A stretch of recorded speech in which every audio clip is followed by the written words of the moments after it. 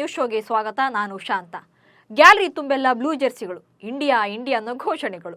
T20 world cup ನಡೀತಾ ಇರೋದು ಅಮೆರಿಕದಲ್ಲೇ ಆದರೂ ಅಲ್ಲಿ ಭಾರತದ ಅಭಿಮಾನಿಗಳ ಅಬ್ಬರ ಮುಗಿಲು ಮುಟ್ಟಿತ್ತು. ರೋಹಿತ್ ಶರ್ಮಾ ಪಡೆ ಹೋಮ್ ಗ್ರೌಂಡ್ನಲ್ಲೇ ಮ್ಯಾಚ್ ಆಡಿದಂಥ ಫೀಲ್ ಇತ್ತು. ಬ್ಲೂ ಜೆರ್ಸಿ ತೊಟ್ಟ ಸಾವಿರಾರು ಅಭಿಮಾನಿಗಳ ನಡುವೆ ಮೈದಾನಕ್ಕಿಳಿದ ಟೀಂ ಇಂಡಿಯಾ ಬಾಯ್ಸ್ ಅಬ್ಬರಿಸಿ ಬೊಬ್ಬರಿದಿದ್ದಾರೆ. ಐರ್ಲೆಂಡ್ ವಿರುದ್ಧ ಭರ್ಜರಿ ಗೆಲುವಿನ ಮೂಲಕ ಟೀಂ ಇಂಡಿಯಾ T20 ವರ್ಲ್ಡ್ ಕಪ್ನಲ್ಲಿ ಶುಭಾರಂಭ ಮಾಡಿದೆ. ಭಾರತ ತಂಡದ ಪ್ರದರ್ಶನಕ್ಕೆ ಅಮೆರಿಕದಲ್ಲಿನ ಅಭಿಮಾನಿಗಳು ಕೂಡ ಫುಲ್ ಖುಷಿಯಾಗಿದ್ದಾರೆ.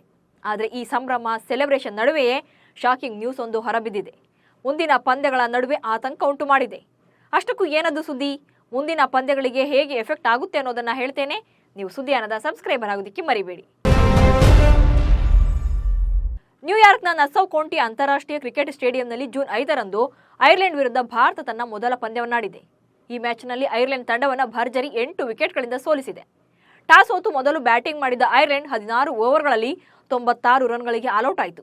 ಬಳಿಕ ಚೇಸಿಂಗ್ ಹೇಳಿದ ಟೀಂ ಇಂಡಿಯಾ ಆಟಗಾರರು ನೀರು ಕುಡಿದಷ್ಟೇ ಸಲೀಸಾಗಿ ಟಾರ್ಗೆಟ್ ಅನ್ನು ರೀಚ್ ಆದರು. ಜಸ್ಟ್ 12.2 ಓವರ್ಗಳಲ್ಲಿ 2 ವಿಕೆಟ್ ಕಳೆದುಕೊಂಡು ಗುರಿ ತಲುಪಿದ್ರು. ರಿಷಬ್ ಪಂತ್ ರಿವರ್ಸ್ ಸ್ಕೂಪ್ನೊಂದಿಗೆ ಸಿಕ್ಸರ್ಸ್ ಬಾರಿಸುವ ಮೂಲಕ ಮ್ಯಾಚ್ ಫಿನಿಶ್ ಮಾಡಿದ್ರು. ಅದರಲ್ಲೂ ಟೀಂ ಇಂಡಿಯಾ ಪರ ಅಬ್ಬರಿಸಿದ ಕ್ಯಾಪ್ಟನ್ ರೋಹಿತ್ ಶರ್ಮಾ ಜವಾಬ್ದಾರಿಯುತ ಆಟ ಆಡಿದ್ರು. ಬಟ್ ಇಲ್ಲಿ ಇಂಡಿಯಾ ಗೆದ್ದ ಖುಷಿಗಿಂತ ರೋಹಿತ್ ಶರ್ಮಾ ಅವರು ಅರ್ಧ ಪಂದ್ಯದಲ್ಲೇ ಹೊರ ನಡೆದಿದ್ದು ಆತಂಕ ಮೂಡಿಸಿದೆ. ಮುಂದಿನ ಮ್ಯಾಚ್ಗಳಿಗೆ ಹೆಂಗಪ್ಪ ಕತೆ ಅನ್ನೋ ಪ್ರಶ್ನೆ ಮೂಡಿಸಿದೆ. ಅಷ್ಟಕ್ಕೂ ರೋಹಿತ್ಗೆ ಏನಾಯ್ತು ಅನ್ನೋದನ್ನ ಹೇಳ್ತೇನೆ ನೋಡಿ. IPLನಲ್ಲಿ ಡಲ್ ಆಗಿದ್ದ ರೋಹಿತ್ ವಿಶ್ವಕಪ್ನ ಮೊದಲ ಪಂದ್ಯದಲ್ಲಿ ಅಬ್ಬರಿಸಿದ್ದಾರೆ. 37 ಎಸೆತಗಳಲ್ಲಿ 3 ಸಿಕ್ಸ್ 4 4ಗಳ ಸಮೇತ 52 ರನ್ ಬಾರಿಸಿದ್ರು. ಹಾಗೆ ಈ ಪಂದ್ಯದ ಮೂಲಕ ಸಾಲು ದಾಖಲೆಗಳನ್ನು ಕೂಡ ಬರೆದರು. ಬಟ್ ಇಲ್ಲಿ ವಿರಾಟ್ ಕೊಹ್ಲಿ ನಿರಾಸೆ ಮೂಡಿಸಿದರು. ಓಪನರ್ ಆಗಿ ಕಣಕ್ಕಿಳಿದ ವಿರಾಟ್ 5 ಬಾಲ್ಗಳಲ್ಲಿ 1 ರನ್ ಗಳಿಸಿ ಕ್ಯಾಚ್ ಕೊಟ್ಟು ಪೆವಿಲಿಯನ್ ಸೇರಿದ್ರು. ಬಳಿಕ ಜೊತೆಯಾದ ರಿಷಬ್ ಪಂತ್ ಉತ್ತಮ ಸಾಥ್ ಕೊಟ್ಟಿದ್ದರಿಂದ ಟೀಂ ಇಂಡಿಯಾ ಬೇಗನೆ ಟಾರ್ಗೆಟ್ ರೀಚ್ ಆಯಿತು. ಚೆನ್ನಾಗಿ ಬ್ಯಾಟ್ ಬೀಸಿದ್ದ ರೋಹಿತ್ ಪಂದ್ಯವನ್ನು ತಾವೇ ಫಿನಿಶ್ ಮಾಡೋ ಜೋಶ್ನಲ್ಲಿದ್ದರು. ಬಟ್ ಆಟದ ಮಧ್ಯೆಯೇ ಹರ್ಟ್ ಆಗಿ ನಿವೃತ್ತಿಯಾದರು. 9ನೇ ಓವರ್ನಲ್ಲಿ ಜೋಸ್ ಲಿಟಲ್ ಅವರ ಬೌನ್ಸರ್ ರೋಹಿತ್ ಶರ್ಮಾ ಅವರ ಮೊಣಕೈಗೆ ಬಲವಾಗಿ ಬಡಿದಿತ್ತು. ಮುಂದಿನ ಓವರ್ನಲ್ಲಿ ಶಾಟ್ ಆಡುವಾಗ ರೋಹಿತ್ ಮೊಣಕೈ ನೋವಿನಿಂದ ಬಳಲ್ತಾ ಇದ್ರು. 10ನೇ ಓವರ್ನ ಕೊನೆಯ ಎಸೆತವನ್ನು ಆಡಿದ ರೋಹಿತ್ ಶರ್ಮಾ ಮೊಣಕೈ ನೋವಿನಿಂದ ಮೈದಾನದಿಂದ ಹೊರ ನಡೆದರು. ಹೀಗೆ ರೋಹಿತ್ ಶರ್ಮಾ ಹೊರ ನಡೆದಿದ್ದು ಟೀಂ ಇಂಡಿಯಾ ಅಭಿಮಾನಿಗಳನ್ನು ಚಿಂತೆಗೀಡು ಮಾಡಿದೆ. ಜೂನ್ 9ರಂದು ನಡೆಯಲಿರುವ ಪಾಕಿಸ್ತಾನ ವಿರುದ್ಧದ ಪಂದ್ಯದ ಬಗ್ಗೆ ಆತಂಕ ಮೂಡಿಸಿದೆ. ಪಂದ್ಯದ ಬಳಿಕ ಮಾತನಾಡಿದ ರೋಹಿತ್ ಶರ್ಮಾ ಕೂಡ ತಮ್ಮ ಮೊಣಕೈ ನೋವನ್ನು ಒಪ್ಪಿಕೊಂಡಿದ್ದಾರೆ. ಆದರೆ ಬೇಗ ಚೇತರಿಸಿಕೊಳ್ಳುವ ವಿಶ್ವಾಸ ವ್ಯಕ್ತಪಡಿಸಿದ್ದಾರೆ. ಇನ್ನು ಐರ್ಲೆಂಡ್ ವಿರುದ್ಧದ ಪಂದ್ಯದಲ್ಲಿ ರೋಹಿತ್ ಶರ್ಮಾ ಹಲವು ದಾಖಲೆಗಳನ್ನು ಮಾಡಿದ್ದಾರೆ. T20 ಕ್ರಿಕೆಟ್ನಲ್ಲಿ ಆರಂಭಿಕನಾಗಿ 4000 ರನ್ ಪೂರೈಸಿದರು. ಇದರೊಂದಿಗೆ ಈ ಸಾಧನೆ ಮಾಡಿದ ವಿಶ್ವದ 3ನೇ ಆಟಗಾರ ಎನಿಸಿಕೊಂಡರು. ಇದಕ್ಕೂ ಮುನ್ನ ಭಾರತದ ಆಟಗಾರ ವಿರಾಟ್ ಕೊಹ್ಲಿ ಹಾಗೆ ಪಾಕಿಸ್ತಾನಿ ಆಟಗಾರ ಬಾಬರ್ ಆಜಮ್ ಈ ಸಾಧನೆಯನ್ನ ಮಾಡಿದರು. ಹಾಗೆ ರೋಹಿತ್ ಶರ್ಮಾ T20 ವಿಶ್ವಕಪ್ನಲ್ಲಿ 1000 ರನ್ ಗಳಿಸಿದ ದಾಖಲೆಯನ್ನು ಮಾಡಿದ್ದಾರೆ. ಹಾಗೆ ಇದೇ ಪಂದ್ಯದಲ್ಲಿ 3 ಸಿಕ್ಸರ್ ಸಿಡಿಸಿದ ಹಿಟ್ ಮ್ಯಾನ್ 600 ಸಿಕ್ಸರ್ಗಳನ್ನು ಬಾರಿಸಿದ ವಿಶ್ವದ ಮೊದಲ ಬ್ಯಾಟ್ಸ್ಮನ್ ಎನಿಸಿಕೊಂಡಿದ್ದಾರೆ. ಹಾಗೆ ಬುಧವಾರದ ಪಂದ್ಯದಲ್ಲಿ ರೋಹಿತ್ ಜೊತೆ ಆಲ್ರೌಂಡರ್ ಹಾರ್ದಿಕ್ ಪಾಂಡ್ಯ ಕೂಡ ಫುಲ್ ಶೈನ್ ಆಗಿದ್ರು. IPLನಲ್ಲಿ ಟೀಕೆಗೆ ಗುರಿಯಾಗಿದ್ದ ಪಾಂಡ್ಯ ಬಗ್ಗೆ ಈಗ ಮೆಚ್ಚುಗೆಯ ಮಾತುಗಳು ಕೇಳಿಬರ್ತಿವೆ. ಬಾಂಗ್ಲಾದೇಶ ವಿರುದ್ಧದ ಅಭ್ಯಾಸ ಪಂದ್ಯದಲ್ಲಿ ಆಲ್ರೌಂಡ್ ಶೋ ಮೂಲಕ ಪಾಂಡ್ಯ ತಾವೇನು ಅನ್ನೋದನ್ನ ಪ್ರೂವ್ ಮಾಡಿದ್ರು. ಇದೀಗ ಐರ್ಲೆಂಡ್ ವಿರುದ್ಧ ಬೌಲಿಂಗ್ನಲ್ಲೂ ಕೂಡ ಮಾರಕ ದಾಳಿ ನಡೆಸಿ ಸೈ ಎನಿಸಿಕೊಂಡಿದ್ದಾರೆ. 4 ಓವರ್ ಬೌಲ್ ಮಾಡಿದ ಪಾಂಡ್ಯ 27 ರನ್ ನೀಡಿ 3 ವಿಕೆಟ್ ಕಬಳಿಸಿದ್ರು. ಇದೇ ಕಾರಣಕ್ಕೆ IPLನಲ್ಲಿ ವಿಲನ್ ಆಗಿದ್ದ ಪಾಂಡ್ಯ ಈಗ ವಿಶ್ವಕಪ್ನ ಹೀರೋ ಆಗಿದ್ದಾರೆ. ಹಾರ್ದಿಕ್ ಪಾಂಡ್ಯ ಟೀಂ ಇಂಡಿಯಾದ ಅಮೂಲ್ಯ ಆಸ್ತಿ ಎಂದು ಸುನಿಲ್ ಗವಾಸ್ಕರ್ ಮತ್ತೆ ರವಿಶಾಸ್ತ್ರಿ ಪ್ರತಿಕ್ರಿಯೆ ನೀಡಿದ್ದಾರೆ. ಹಾಗೆ ಫ್ಯಾನ್ಸ್ ಕೂಡ ಪಾಂಡ್ಯ ಪರ್ಫಾರ್ಮೆನ್ಸ್ಗೆ ಬಹುಪರಾಕ್ ಹಾಕ್ತಿದ್ದಾರೆ. ಸದ್ಯ ಐರ್ಲೆಂಡ್ ವಿರುದ್ಧದ ಗೆಲುವಿನ ಮೂಲಕ ಭಾರತ ತಂಡ ಎ ಗುಂಪಿನಲ್ಲಿ 2 ಅಂಕಗಳೊಂದಿಗೆ ಅಗ್ರಸ್ಥಾನಕ್ಕೇರಿದ್ದು ರೋಹಿತ್ ಪಡೆ ತನ್ನ ಮುಂದಿನ ಪಂದ್ಯವನ್ನು ಜೂನ್ 9ರಂದು ಸಾಂಪ್ರದಾಯಿಕ ಎದುರಾಳಿ ಪಾಕಿಸ್ತಾನದ ವಿರುದ್ಧ ಆಡಲಿದೆ. ಬದ್ಧ ವೈರಿಗಳ ಕಾದಾಟಕ್ಕೆ ಕ್ರಿಕೆಟ್ ಜಗತ್ತೇ ಕಾದು ಕುಳಿತಿದೆ. ಒಕ್ಕಲಿಗ ಸಮುದಾಯದ ಪ್ರಬಲ ಕುಟುಂಬಗಳ ನಡುವಿನ ಹೈ ವೋಲ್ಟೇಜ್ ಕದನದಲ್ಲಿ ಕೊನೆಗೂ ಡಾಕ್ಟರ್ಗೆ ಗೆಲುವಾಗಿದೆ. Deve Gowda versus DK brothers family fight ಎಂದೇ ಬಿಂಬಿತವಾಗಿದ್ದ ಬೆಂಗಳೂರು ಗ್ರಾಮಾಂತರ ಕ್ಷೇತ್ರದಲ್ಲಿ ದೊಡ್ಡಗೌಡರ ಅಳಿಯ ಡಾಕ್ಟರ್ CN ಮಂಜುನಾಥ್ ರಣರೋಚಕ ಜಯ ಸಾಧಿಸಿದ್ದಾರೆ. DK ಬ್ರದರ್ಸ್ಗೆ ಇದು ಬಹುದೊಡ್ಡ ಹೊಡೆತವನ್ನೇ ನೀಡಿದೆ. ಕೆಪಿಸಿಸಿ ಅಧ್ಯಕ್ಷ DCM DK ಶಿವಕುಮಾರ್ ಈಗ ತಮ್ಮ ಸಹೋದರನನ್ನೇ ಗೆಲ್ಲಿಸಿಕೊಳ್ಳೋಕೆ ಆಗಲಿಲ್ವಲ್ಲ ಅನ್ನೋ ಶಾಕ್ನಲ್ಲಿದ್ದಾರೆ.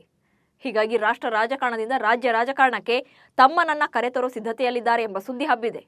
ಅದು ಕೂಡ ಈ 2 ಕುಟುಂಬಗಳ ನಡುವೆ ಮತ್ತೊಂದು ಬ್ಯಾಟಲ್ ನಡೆಯೋ ಸಾಧ್ಯತೆ ದಟ್ಟವಾಗಿದೆ. ಅದುವೇ ಚನ್ನಪಟ್ಟಣ ಕದನ. ಅದು ಹೇಗೆ ಅನ್ನೋದನ್ನ ಹೇಳ್ತೇನೆ ನೋಡಿ. 2024ರ ಲೋಕಸಭಾ ಚುನಾವಣೆಯಲ್ಲಿ 3 ಶಾಸಕರು ಲೋಕಸಭಾ ಚುನಾವಣೆಗೆ ಸ್ಪರ್ಧೆ ಮಾಡಿ ಗೆಲುವು ಸಾಧಿಸಿದ್ದಾರೆ. ಬಿಜೆಪಿಯಿಂದ ಬಸವರಾಜ ಬೊಮ್ಮಾಯಿ ಹಾವೇರಿ ಗದಗ ಲೋಕಸಭಾ ಕ್ಷೇತ್ರ, ಜೆಡಿಎಸ್ನ HD ಕುಮಾರಸ್ವಾಮಿ ಮಂಡ್ಯ ಕ್ಷೇತ್ರ, ಹಾಗೆ ಕಾಂಗ್ರೆಸ್ನ ಶಾಸಕ ಇ ತುಕಾರಾಂ ಬಳ್ಳಾರಿ ಲೋಕಸಭಾ ಕ್ಷೇತ್ರದಿಂದ ಸ್ಪರ್ಧಿಸಿ ವಿನ್ ಆಗಿದ್ದಾರೆ. ಈ ಮೂಲಕ ಬೊಮ್ಮಾಯಿ ಪ್ರತಿನಿಧಿಸ್ತಾ ಇದ್ದ ಶಿಗ್ಗಾವಿ ವಿಧಾನಸಭಾ ಕ್ಷೇತ್ರ, HD ಕುಮಾರಸ್ವಾಮಿ ಪ್ರತಿನಿಧಿಸ್ತಾ ಇದ್ದ ಚನ್ನಪಟ್ಟಣ ಹಾಗೆ ಈ ತುಕಾರಾಂ ಶಾಸಕರಾಗಿದ್ದ ಸಂಡೂರು ಶಾಸಕ ಸ್ಥಾನಕ್ಕೆ ರಾಜೀನಾಮೆ ನೀಡಬೇಕು. ರಾಜೀನಾಮೆ ಬಳಿಕ ಈ ಮೂರೂ ಕ್ಷೇತ್ರಗಳಿಗೆ ಬೈ ಎಲೆಕ್ಷನ್ ನಡೆಯಲಿದೆ. So H D. ಕುಮಾರಸ್ವಾಮಿ ಚನ್ನಪಟ್ಟಣ ಕ್ಷೇತ್ರಕ್ಕೆ ರಾಜೀನಾಮೆ ಕೊಟ್ಟರೆ ಈ ಕ್ಷೇತ್ರದಲ್ಲಿ ಮತ್ತೆ ತಮ್ಮ ಫ್ಯಾಮಿಲಿಗೆ ಮಣೆ ಹಾಕೋ ಸಾಧ್ಯತೆ ಇದೆ. ಇದೇ ಕ್ಷೇತ್ರದಿಂದ ಡಿ.ಕೆ. ಸುರೇಶ್ರನ್ನ ಅಖಾಡಕ್ಕಿಳಿಸೋಕೆ ಕಾಂಗ್ರೆಸ್ ಕೂಡ ಭರ್ಜರಿ ಪ್ಲಾನ್ ಮಾಡಿದೆ.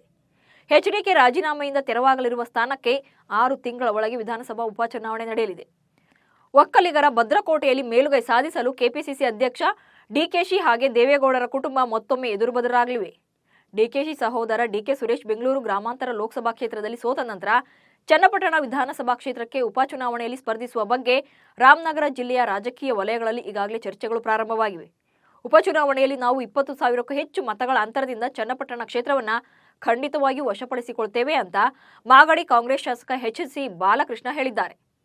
ಇತ್ತ ಕುಮಾರಸ್ವಾಮಿ ಅವರು ತಮ್ಮ ಪುತ್ರ ನಿಖಿಲ್ ಕುಮಾರಸ್ವಾಮಿ ಅವರನ್ನ ಚನ್ನಪಟ್ಟಣದಿಂದ ಕಣಕ್ಕಿಳಿಸ್ತಾರೋ ಅಥವಾ ಮೈತ್ರಿಕೂಟದ ಪಾಲುದಾರ ಬಿಜೆಪಿಗೆ ಕ್ಷೇತ್ರವನ್ನು ತ್ಯಾಗ ಮಾಡ್ತಾರೋ ಅನ್ನೋದು ಸ್ಪಷ್ಟವಾಗಿಲ್ಲ.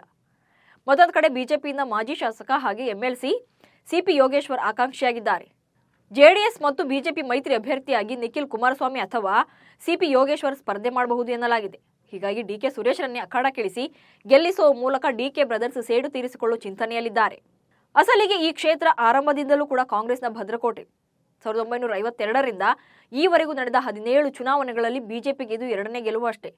ಈ ಹಿಂದೆ ಕನಕಪುರ ಲೋಕಸಭೆ ಕ್ಷೇತ್ರ ಅಸ್ತಿತ್ವದಲ್ಲಿದ್ದ ವೇಳೆ 1998ರಲ್ಲಿ ಕೇವಲ 16,000 ಮತಗಳಿಂದ ಬಿಜೆಪಿಯ ಶ್ರೀನಿವಾಸ್ ಗೆಲುವು ಸಾಧಿಸಿದ್ರು. ಅದಾದ 26 ವರ್ಷಗಳ ಬಳಿಕ ಡಾಕ್ಟರ್ ಸಿ.ಎನ್. ಮಂಜುನಾಥ್ ಕಮಲ ಅರಳಿಸಿ ಹೊಸ ಭಾಷ್ಯ ಬರೆದಿರೋದು ವಿಶೇಷ.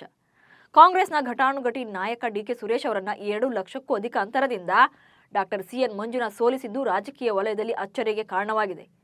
ಅಲ್ಲದೆ ಚನ್ನಪಟ್ಟಣ ವಿಧಾನಸಭಾ ಕ್ಷೇತ್ರದಲ್ಲಿ ಡಾಕ್ಟರ್ ಮಂಜುನಾಥ್ 1,06,971 ಮತ ಪಡೆದಿದ್ರೆ ಡಿ.ಕೆ. ಸುರೇಶ್ಗೆ 85,357 ಮತಗಳು ಬಿದ್ದಿವೆ. ಹೀಗಾಗಿ ಡಿ.ಕೆ. ಸುರೇಶ್ ಸ್ಪರ್ಧೆ ಮಾಡಿದರೆ ಗೆಲ್ಲುವ ವಿಶ್ವಾಸದಲ್ಲಿದ್ದಾರೆ. ಹಾಗೇನಾದರೂ ಚನ್ನಪಟ್ಟಣ ವಿಧಾನಸಭಾ ಕ್ಷೇತ್ರಕ್ಕೆ ಡಿ.ಕೆ. ಸುರೇಶ್ ಸ್ಪರ್ಧಿಸಿದ್ದೇ ಆದಲ್ಲಿ ಮತ್ತೊಮ್ಮೆ ದೊಡ್ಡಗೌಡರ family versus D K. Brothers family ನಡುವೆ ಮತ್ತೊಂದು ಹೈ ವೋಲ್ಟೇಜ್ ಕದನ ನಡೆಯಲಿದೆ. ಸಿಎಂ ಸಿದ್ದರಾಮಯ್ಯ ನೇತೃತ್ವದ ರಾಜ್ಯ ಕಾಂಗ್ರೆಸ್ ಸರ್ಕಾರದ ಮೊದಲ ವಿಕೆಟ್ ಪತನವಾಗಿದೆ. ಪರಿಶಿಷ್ಟ ಪಂಗಡಗಳ ಕಲ್ಯಾಣ ಸಚಿವ ಬಿ. ನಾಗೇಂದ್ರ ಸಚಿವ ಸ್ಥಾನಕ್ಕೆ ರಾಜೀನಾಮೆ ನೀಡುವುದು ಫಿಕ್ಸ್ ಆಗಿದೆ. ವಾಲ್ಮೀಕಿ ಅಭಿವೃದ್ಧಿ ನಿಗಮದಲ್ಲಿ ನಡೆದಿದೆ ಎನ್ನಲಾದ ಬಹುಕೋಟಿ ಹಗರಣದಲ್ಲಿ ಸಚಿವ ಬಿ. ನಾಗೇಂದ್ರ ತಲೆದಂಡವಾಗಿದೆ. ಸಿಎಂ ಸಿದ್ದರಾಮಯ್ಯ ಹಾಗೆ ಡಿಸಿಎಂ ಡಿ.ಕೆ. ಶಿವಕುಮಾರ್ ಸೂಚನೆಯಂತೆ ನಾಗೇಂದ್ರ ರಾಜೀನಾಮೆ ನೀಡುತ್ತಿದ್ದಾರೆ. ಅಶ್ಲೀಲ ವಿಡಿಯೋ ಪೆನ್ಡ್ರೈವ್ ಪ್ರಕರಣಕ್ಕೆ ಸಂಬಂಧಿಸಿದಂತೆ ಮಾಜಿ ಸಂಸದ ಪ್ರಜ್ವಲ್ ರೇವಣ್ಣನ ಎಸ್ಐಟಿ ಕಸ್ಟಡಿ ಅವಧಿ ವಿಸ್ತರಣೆಯಾಗಿದೆ. ಗುರುವಾರಕ್ಕೆ ಎಸ್ಐಟಿ ಕಸ್ಟಡಿ ಮುಗಿದಿದ್ದರಿಂದ ಪ್ರಜ್ವಲ್ ಅವರನ್ನು ಬೆಂಗಳೂರಿನ 42ನೇ ಎಸಿಎಂಎಂ ನ್ಯಾಯಾಲಯಕ್ಕೆ ಹಾಜರುಪಡಿಸಲಾಗಿತ್ತು. ಈ ವೇಳೆ ಪ್ರಜ್ವಲ್ ರೇವಣ್ಣ ಅವರನ್ನ ಇನ್ನಷ್ಟು ವಿಚಾರಣೆ ನಡೆಸಬೇಕಿದೆ. ಹೀಗಾಗಿ ಅವರನ್ನ ಇನ್ನಷ್ಟು ದಿನಗಳ ಕಾಲ ಎಸ್ಐಟಿ ವಶಕ್ಕೆ ನೀಡಬೇಕೆಂದು ಎಸ್ಐಟಿ ಪರ ವಕೀಲರು ಮನವಿ ಮಾಡಿದರು. ಇದನ್ನು ಪರಿಗಣಿಸಿದ court Prajwal Revanna SIT custody ಅವಧಿಯನ್ನು ಜೂನ್ 10ರವರೆಗೆ ವಿಸ್ತರಣೆ ಮಾಡಿ ಆದೇಶ ಹೊರಡಿಸಿದೆ. ಪ್ರಧಾನಿ ನರೇಂದ್ರ ಮೋದಿ ಪ್ರಮಾಣ ವಚನಕ್ಕೆ ಮುಹೂರ್ತ ಫಿಕ್ಸ್ ಆಗಿದೆ. ಜೂನ್ 9ಕ್ಕೆ ಸಂಜೆ ಪ್ರಮಾಣ ವಚನ ಸ್ವೀಕಾರ ಮಾಡಲಿದ್ದಾರೆ. ಶನಿವಾರ ಪ್ರಮಾಣ ವಚನ ಸ್ವೀಕಾರ ಮಾಡಲಿದ್ದಾರೆ ಎಂದು ಈ ಹಿಂದೆ ಹೇಳಲಾಗಿತ್ತು. ಆದರೆ ಇದೀಗ ಅಧಿಕೃತವಾಗಿ ಪ್ರಧಾನಿ ಮೋದಿ ಅವರು ಭಾನುವಾರ ಸಂಜೆ ಪ್ರಮಾಣ ವಚನ ಸ್ವೀಕಾರ ಮಾಡಲಿದ್ದಾರೆ ಎಂದು ಹೇಳಲಾಗಿದೆ. ಬುಧವಾರ ನಡೆದ ಎನ್ಡಿಎ ಸಭೆಯಲ್ಲಿ ಈ ನಿರ್ಧಾರವನ್ನು ತೆಗೆದುಕೊಳ್ಳಲಾಗಿದೆ. 2024ರ ಟಿ20 ವಿಶ್ವಕಪ್ ಆರಂಭವಾಗಿ ವಾರವಾಗುತ್ತಾ ಬಂದರೂ ನಿರೀಕ್ಷಿತ ಆರಂಭ ಸಿಕ್ಕಿಲ್ಲ. ಐಸಿಸಿ ಪಾಲಿಗೆ ಚಿನ್ನದ ಮೊಟ್ಟೆಯಾಗಿರುವ ಟೀಂ ಇಂಡಿಯಾದ ಪಂದ್ಯಗಳೇ ಖಾಲಿ ಕ್ರೀಡಾಂಗಣದಲ್ಲಿ ನಡೀತಾ ಇವೆ. ಐರ್ಲೆಂಡ್ ವಿರುದ್ಧದ ಪಂದ್ಯವೇ ಇದಕ್ಕೆ ಸಾಕ್ಷಿ. ನ್ಯೂಯಾರ್ಕ್ನ ನಸೌ ಕೌಂಟಿ ಇಂಟರ್ನ್ಯಾಷನಲ್ ಸ್ಟೇಡಿಯಂನಲ್ಲಿ ನಡೆದ ಪಂದ್ಯಕ್ಕೆ ಅಭಿಮಾನಿಗಳ ಕೊರತೆ ಎದ್ದು ಕಾಣ್ತಾ ಇತ್ತು. ಇದಕ್ಕೆ ದೊಡ್ಡ ಕಾರಣವೆಂದರೆ ಟೀಂ ಇಂಡಿಯಾದ ಪಂದ್ಯಗಳ ಟಿಕೆಟ್ ದರ ದುಬಾರಿಯಾಗಿರುವುದು ಮತ್ತೆ ಐಸಿಸಿಯ ಕಳಪೆ ಮಾರ್ಕೆಟಿಂಗ್ ಯೋಜನೆ. ಮುಂದಿನ ದಿನಗಳಲ್ಲೂ ಕೂಡ ಇದೇ ಕಥೆಯಾದರೆ ಈ ಬಾರಿ ಐಸಿಸಿ ಬೊಕ್ಕಸಕ್ಕೆ ಭಾರಿ ಹೊಡೆತ ಬೀಳಲಿದೆ. ಇವಿಷ್ಟು ಇವತ್ತಿನ ನ್ಯೂಸ್ ಶೋ ಸುದ್ದಿಗಳು. ನಮಸ್ಕಾರ.